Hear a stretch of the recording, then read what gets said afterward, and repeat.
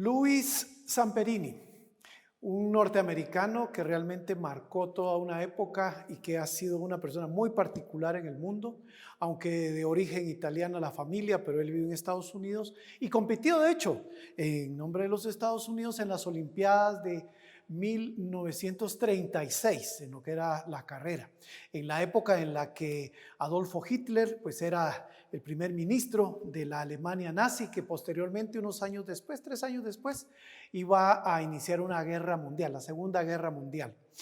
Este hombre fue no solo un atleta olímpico, sino que también pues, participó en el ejército de su país, en la aviación, de hecho era subteniente.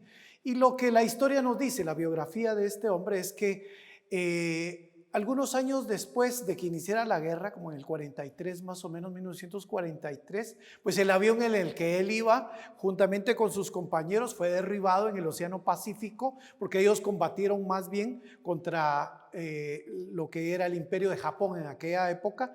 Así que el avión cae y este hombre con un par de compañeros más, pues estuvieron en una balsa en el Océano Pacífico que está infestada de tiburones y de tormentas durante más o menos 46 días. Estuvieron en ese tiempo así, sin agua, sin comida, teniendo que tomar agua de lo que la lluvia les daba, teniendo que ver cómo pescaban de alguna forma los peces que les rodeaban. Eso lo tuvieron por 46 días. Un tiempo muy terrible en el que murieron a muchos de sus colegas. De hecho, él se quedó solo durante ese tiempo.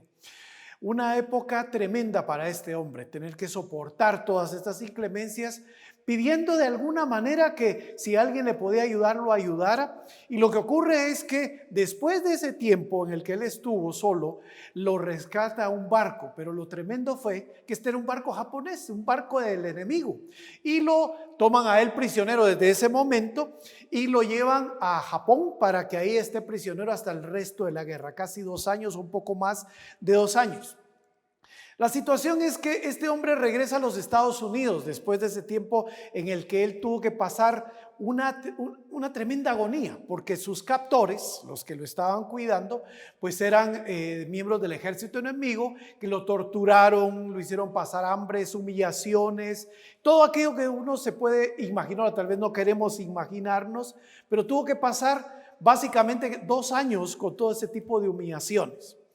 Ahora, cuando él regresa a los Estados Unidos, pues él, como muchos de sus compañeros de guerra, tiene que pasar un periodo tremendo en el que ellos tienen problemas psicológicos serios, tienen que aprender a nuevamente reincorporarse a la vida civil, terminada la Segunda Guerra Mundial. Él se casa, pero durante un buen periodo de tiempo él tiene que lidiar con pesadillas terribles en las que él recuerda o ve en las imágenes a los torturadores, a los que le humillaban, a los que le golpearon salvajemente, y él tiene que aprender a luchar con eso, pero llega un momento en el que ya no puede, así que se decide a tener que entrar en una forma de olvidar esto a través del licor y llega a ser una persona pues alcohólica.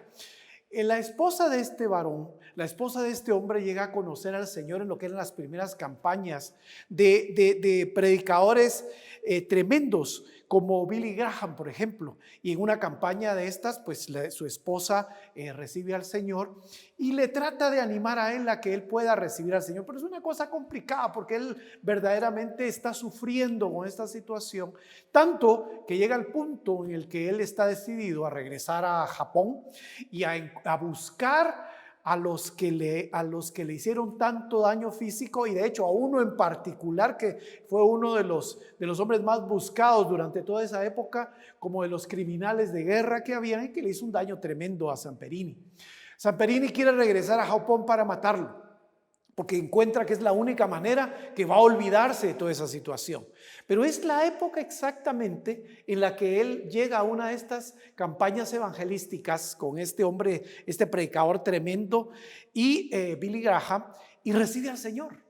Es una cosa increíble, es una cosa tremenda, porque en esa conversión que él tiene, él recuerda en ese momento todo aquello que ha pasado, y que en uno de esos momentos él le ofreció a Dios que si lo ayudaba, que si lo salvaba, que si lo sacaba de esa situación de agonía, él le iba a servir a Dios toda su vida. Pero por supuesto, pasaron todos estos años y él se había olvidado de esa promesa, pero en ese momento en el que muchos de nosotros que hemos recibido a Cristo Jesús en nuestro corazón, en un momento muy particular en el que Dios realmente habla a nosotros, nos llena con su amor y pone en nosotros un perdón tremendo de todas las cosas que hemos tenido en el pasado, pues es un momento tan emotivo en el que vemos muchas situaciones así rápidas. Y lo que vio Samperini en ese momento fue el tiempo en el que él le decía al Señor: si me ayudas, de verdad que yo voy a servirte toda mi vida. Así que esta es una historia tan tremenda que incluso en el año en el que murió Samperini, él tenía ya 97 años, en el 2014.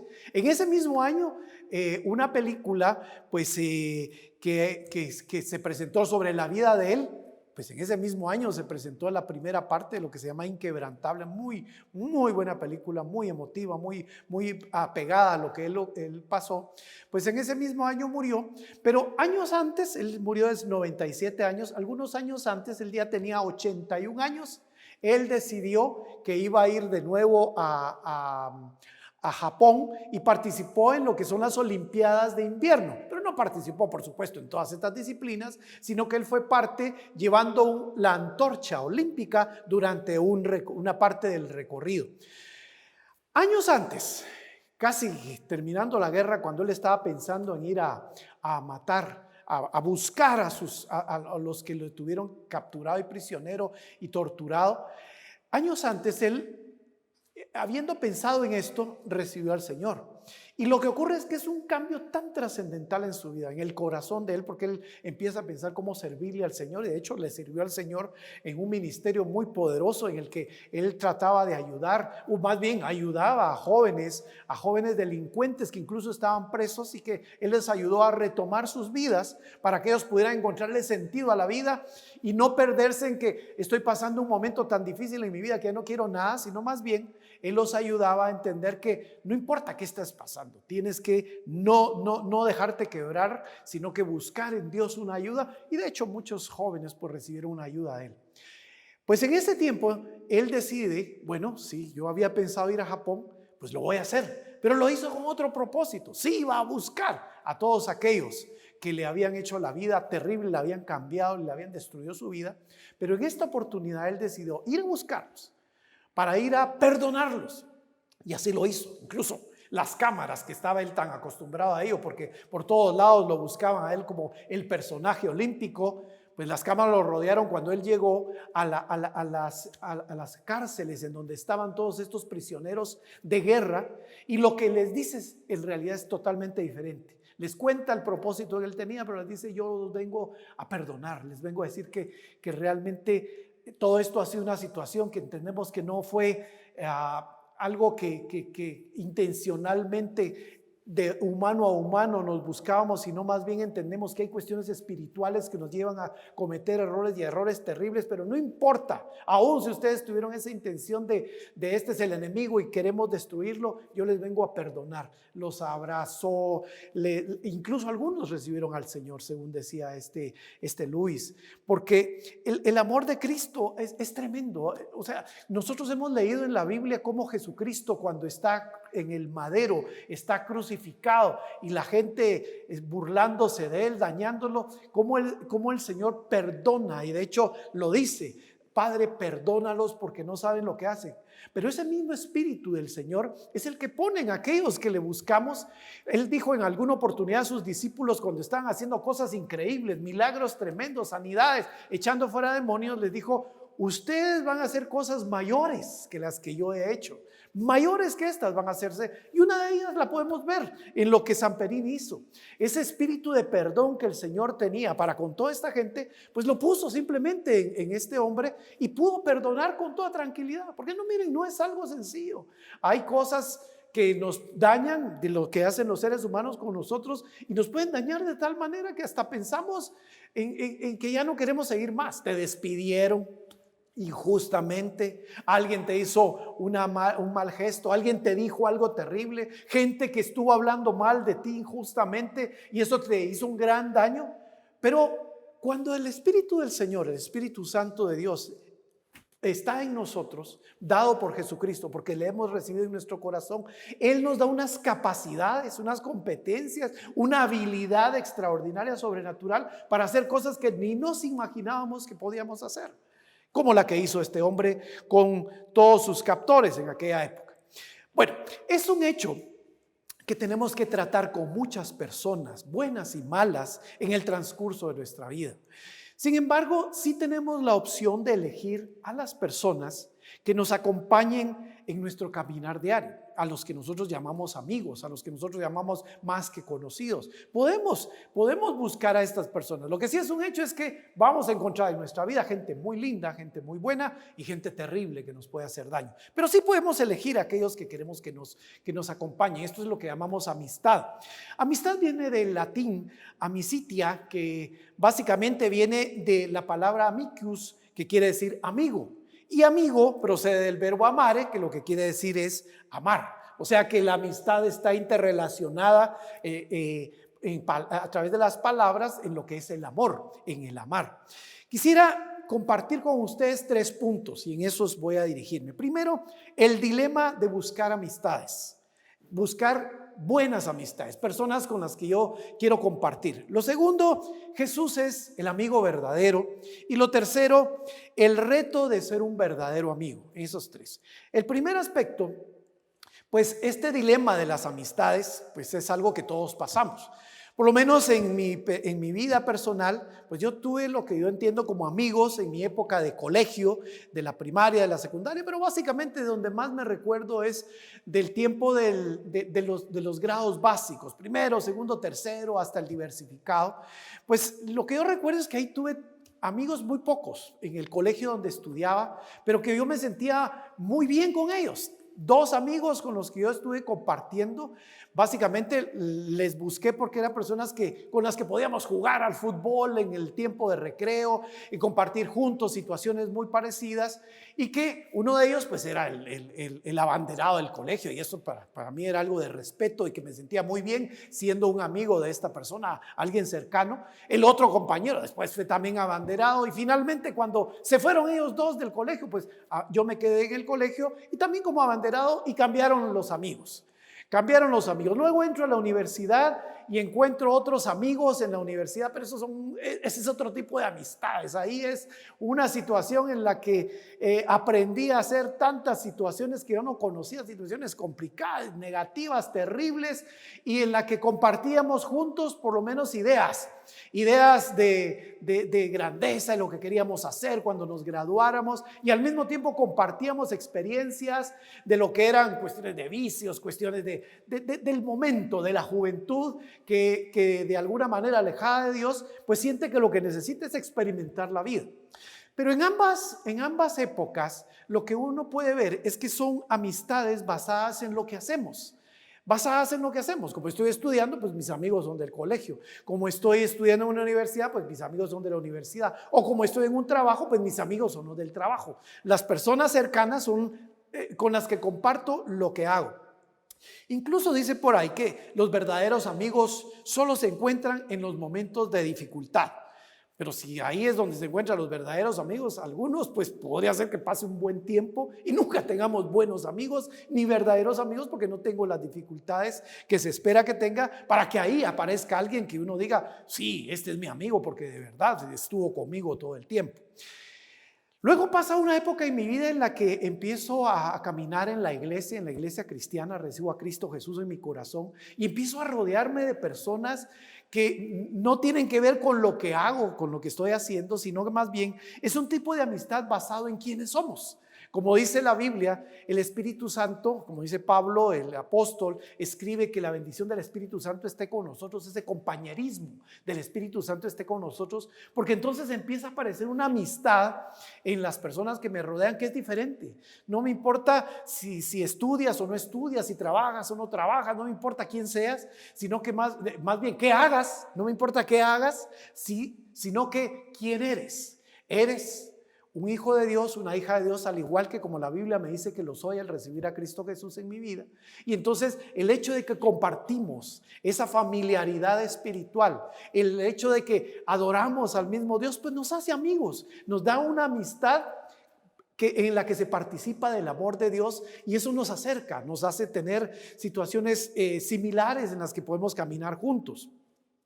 La situación también es que conforme yo me empecé a involucrar en la iglesia, también me di cuenta que como la iglesia está conformada por seres humanos, pues en la iglesia, aunque había ese ambiente tan agradable de que, mira, yo te amo, yo quiero servirte, yo quiero apoyarte, qué bueno que estés con nosotros, también me encontré que en la iglesia había personas que no eran amigos, que realmente lo que hacían era llegar a las reuniones de la iglesia, a unirse con las personas que buscábamos al Señor, pero para hacer otras cosas, para robar cuando las personas estaban con los ojos cerrados, adorando, ver cómo les robaban sus bolsos o algo, u otros incluso a buscar víctimas de situaciones sexuales o víctimas para extorsionar o hasta para secuestrar, porque ahí entre esa gente en la iglesia, ahí se ve cuánta plata dan y ahí puedo ver a quién voy a aprovecharme. Entonces, la situación es que eso de alguna manera pues causaba una sensación incómoda de que ahora que ya estoy en la iglesia, pues ahí se supone que iba a estar la amistad espiritual completa. Me doy cuenta que no es del todo así. Pero la misma Biblia nos alerta de eso. Nos dice en 1 Corintios 5:11 que no anduvierais en compañía de ninguno que llamándose hermano es una persona inmoral o un avaro. Es decir, sí nos advierte que en la iglesia, pues sí, en la iglesia es la familia del Señor Jesucristo, es la familia en donde nos unimos tantas personas por el amor a Dios y que Él mismo nos va uniendo como familia y como amistad, pero que dentro de la institución hay personas que van a llegar y que no son necesariamente amigos. La Biblia sí nos dice en 1 Corintios 15:33 que sí es importante buscar buenos amigos. Las malas compañías corrompen las buenas costumbres. De una vez nos dice, con quien andemos, esa persona no solo nos va a dar una imagen delante de los demás, sino que también incluso nos van a enseñar a hacer cosas terribles que nosotros tal vez hasta ni conocíamos, y pensando en que somos amigos, por esa amistad podemos llegar a tener problemas en la vida. Dice Juan 17:15, no te pido que los saques del mundo, dice el Señor Jesucristo a su Padre, hablando de sus discípulos, pidiéndole por sus discípulos, sino que los guardes del mal. Guardes del mal. Esto quiere decir, bueno, van a estar rodeados de buenas personas en general, pero pueden rodearse de malas personas. Entonces lo que te pido no es que los guardes y que ellos estén ahí aislados, sino más bien que los guardes del mal, no que los saques del mundo. Y aquí también el Señor Jesucristo hablando con sus discípulos cuando los está enviando a orar, los está enviando a sanar, los está enviando a expresar el reino de Dios y a llevarlo por todos lados. En Mateo 10:16 dice que Él los envió y les dijo: he aquí que ustedes los envío como ovejas en medio de lobos. Así que dos cosas muy importantes: tienen que ser prudentes como serpientes y sencillos como palomas. Es decir, tienen que aprender a vivir en medio de toda esa cantidad de gente que no todas van a ser buenas. Hay gente incluso muy mala que va a acercarse a ustedes.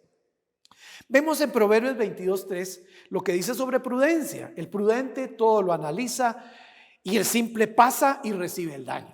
Es decir, cuando uno está tratando con otras personas y estás pensando en amistades, en relacionarte más cercanamente con otras, tienes que ser prudente. Porque el simple, simplemente a cualquier sonrisa, yo quiero ser tu amigo, yo quiero, mira que qué lindo. No, tienes que ser prudente, analizar lo que está pasando, porque si no lo analizas, entonces puedes recibir el daño. Y también nos dice Romanos 12:10 que en cuanto a honra, prefiriendo los unos a los otros. Es decir, si vas a tener amistades, prefiere a aquellos con los que has conocido, que son personas que buscan a Dios. Ellos pueden ser tus mejores amigos, los pastores, los líderes, los ancianos, los que te pueden ayudar a cambiar, a caminar juntos en esa travesía, la que caminamos todos para servir al Señor y aprender a buscarle, aprender a encontrarle, aprender a servirle. Estas personas, los miembros de tu iglesia en el hogar, las personas que sirven en la iglesia, pues pueden ser las personas a las que tú le deberías dar prioridad para tener una buena amistad. No quiere decir que con los demás no quiere decir que no, porque el mismo Jesucristo nos envía principalmente a la gente que literalmente son personas alejadas de Dios y que están en contra de Dios, pero nos anima a que seamos muy prudentes cuando estemos en medio de todas estas personas y que más bien nos tomemos de los principios de Dios que Él nos enseña, de la gracia de Dios que nos rodea, para poder ayudarles a conocer al Señor. el Señor. Ese es el segundo aspecto. Jesús, el amigo verdadero. ¿Por qué se habla de Jesús, de Jesucristo como el amigo verdadero? Porque nos dice él mismo en Juan 15:13 que nadie tiene más amor que el que da la vida por sus amigos. No hay un amor más grande que el dar la vida por sus amigos. Y Jesucristo es precisamente la persona, el Hijo de Dios que se hizo un ser humano y que nos mostró cómo es la amistad verdadera. En 2 de Timoteo 2:13 nos dice que aunque seamos infieles, Él permanece fiel, porque eso es la amistad verdadera. Aunque hay un acuerdo y hay una relación de beneficio mutuo y de ayuda, aunque seamos nosotros infieles y no cumplamos con la parte del pacto, Él permanece fiel porque Él es un verdadero amigo. Él no falla. Él no falla a la promesa que Él ha hecho, la promesa que en 2 de Corintios 6:14-18 Él ha dado. Dice el Señor: yo seré su Dios y ustedes serán mi pueblo. Esa es la promesa. Y Él no va a apartarse de ese pacto que hay. Él va a seguir siendo Dios, un Dios bueno, un Dios que ayuda, un Dios que nos enseña cómo vivir en esta tierra, que nos salva incluso del castigo eterno y que nos ayuda en los momentos que necesitamos, y que siempre está Él con nosotros. Siempre. Mira, aún los amigos y la familia puede irse, pero Jesucristo no. Y Él nos enseña en la Biblia cómo este Dios baja a la tierra precisamente para acercarse a los seres humanos y mostrarles que Él nos entiende, y que en el momento en el que nos sintamos solos o estemos solos, Él está con nosotros, no nos abandona. Dice en Juan 15:15: ya no os llamaré siervos o esclavos, sino que amigos, porque nos está dando a entender que el propósito de Él es que podamos entender que podemos acercarnos a Él. No necesitamos ir a ningún lugar ni hacer ciertos rituales o cosas para poder acercarnos a Él. Al acercarnos a Él sí tenemos que abrir nuestros oídos, porque Él nos va a decir muchas cosas de lo que Él quiere que hagamos. ¿Cuál es el reto? El tercer aspecto. El reto, como hablábamos en la iglesia en el hogar de la semana anterior, es que está bueno buscar amigos, pero nosotros también podemos llegar a ser buscados o rechazados. A nosotros también se nos puede ver como: no, con este cuate, con esta persona, yo no quiero que amigo, ni siquiera tenerlo cerca. Entonces tenemos que aprender también a ser un amigo como Cristo nos muestra que Él es el amigo verdadero, que nosotros aprendamos a ser amigos. Empezar a vencer la hipocresía, por ejemplo. La hipocresía social que muchos consideran que es necesaria. Que ni modo, tienes que aprender a reír y hacer las cosas, porque si no, no vas a obtener beneficio de los demás. Sino más bien ser como somos, ser quienes somos realmente. Efesios 6:12 nos dice que no tenemos lucha contra carne y sangre. Es decir, que para poder mantener la amistad tenemos que entender algo: no vamos a estar peleando con las personas, sino con las cosas espirituales, que son las que buscan la división, las que buscan dañarnos, confundirnos. No tenemos lucha contra eso. Si estamos orando, entonces ahí sí estamos buscando que Dios nos dé la fortaleza para mantenernos en esa amistad. Fieles son las heridas del que ama, Proverbios 27:6. Más se puede confiar en el amigo que hiere que en el enemigo que besa. Tenemos que ser esa persona. La persona que, así como este hombre que hablábamos, Luis, pudo abrazar a alguien y decirle: no te preocupes, yo te perdono, de verdad yo te perdono. Y cuenta conmigo, yo te voy a hablar la verdad. En amor te voy a decir la verdad, no te voy a estar mintiendo para buscar cómo saco provecho de tu vida, sino que de verdad todo lo que yo te sirva es porque Dios me ama a mí, yo quiero amarte a ti, quiero servirte y quiero bendecirte. Que el Señor nos dé esa gracia, que el Señor nos ayude a ser buenos amigos y que el Señor nos dé a los amigos que necesitamos para vivir bien. El Señor les bendiga.